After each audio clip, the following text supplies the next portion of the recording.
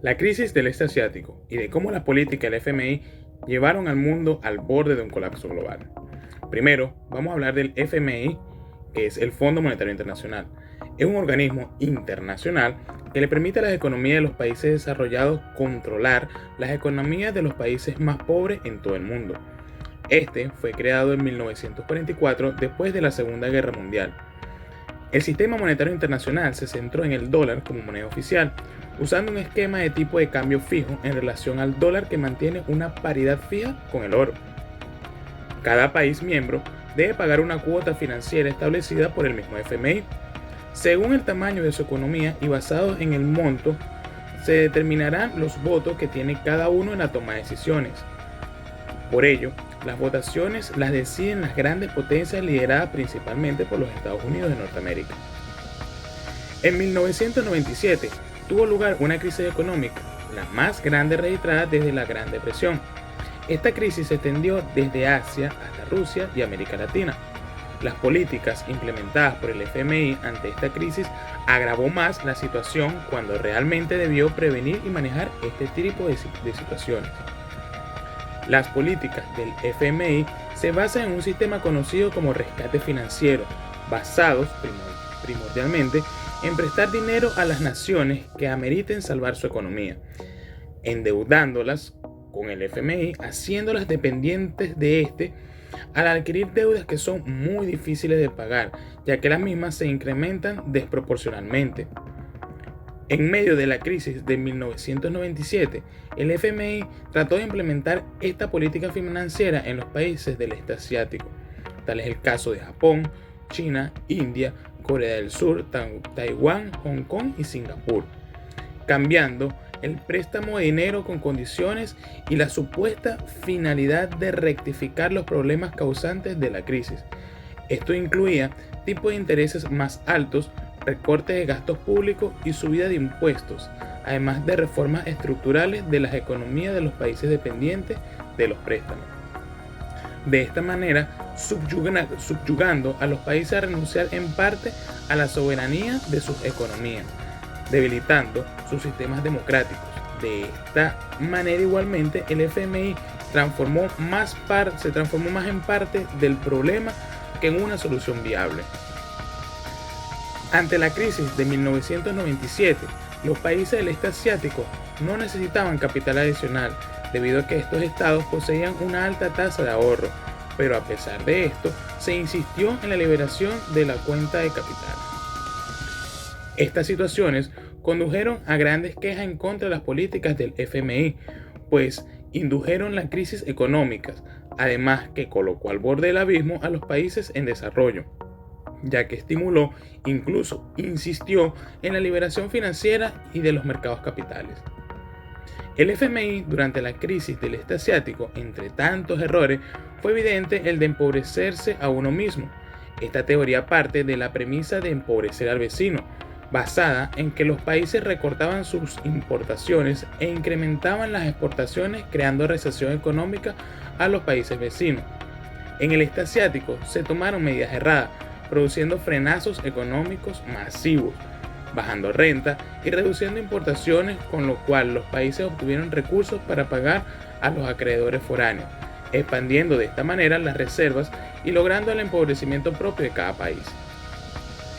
Cuando el FMI llegó al este asiático, estranguló la economía de estos por sus altos costos de intereses, ahuyentando a los inversores nacionales e internacionales, ya que no estaban interesados en invertir en una economía que día a día se desplomaba progresivamente. Por ende, el capital de las naciones fue empujado hacia fuera de sus países.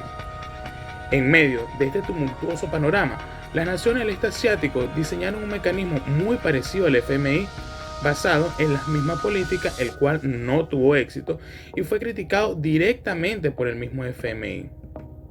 Entonces se presentó lo que se conoció como el milagro del este asiático. El avance en las economías del este asiático inició en Japón, ya que este, en medio de la crisis, comenzó a aplicar diversas políticas implementando primordialmente la estrategia proteccionista, dando prioridad a los productos locales, dejando en segundo plano a los extranjeros, impulsando a sus empresas e incorporándose paulatinamente al libre mercado, permitiéndose modernizar el país para posteriormente ser competitivo en el mercado mundial. Adquirieron tecnología estadounidense para aprender de ella, mejorarla y ser aún más competitivo. Este país invirtió no solo en políticas económicas, sino que también realizó una importante inversión en la educación de excelencia en su país para garantizar a futuro mano de obra altamente calificada que apostó y desarrolló la ciencia y tecnología. Por su parte, la economía de China e India también aceleraron su crecimiento. China aumentó su capacidad de producción y exportación, aprovechando la enorme cantidad de mano de obra. La entrada de capital e inversiones se reflejó en la compra de tecnología y armamentos.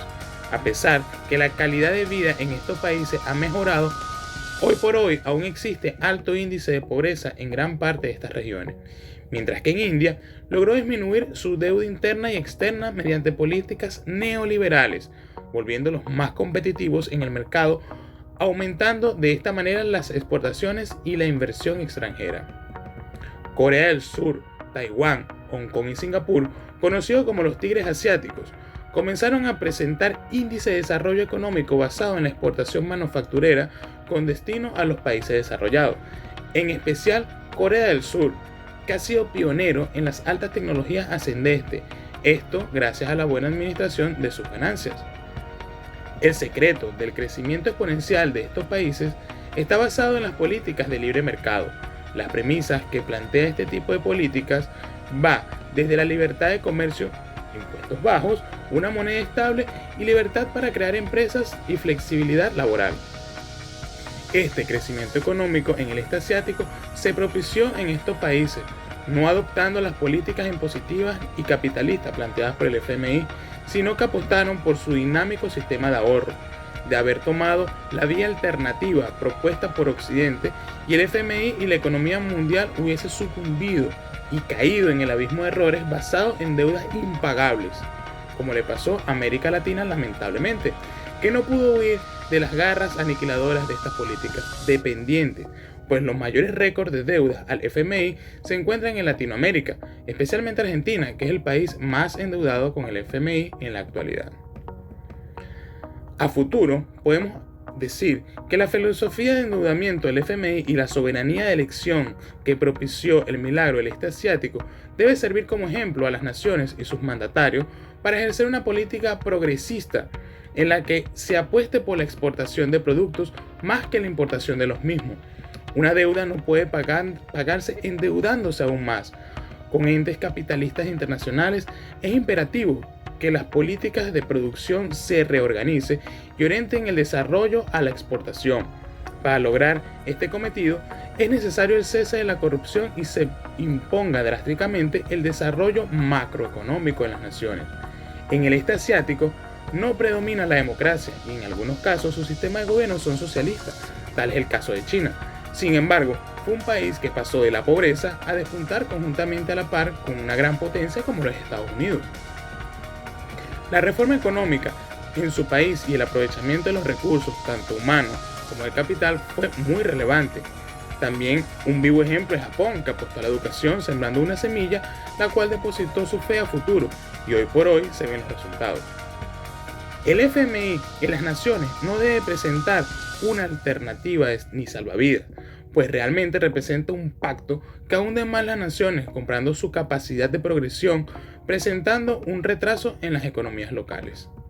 Los países deberían trabajar en coordinación con el gobierno para diseñar planes de crecimiento, estableciendo normas radicales que garanticen educación de alta calidad, sistema de mercados orientados a la exportación, para utilizar las ganancias en el crecimiento y reestructuración económica, haciendo llamativo al país para inversionistas foráneos que sientan la seguridad y confianza para cimentar bases económicas en cada uno de los países.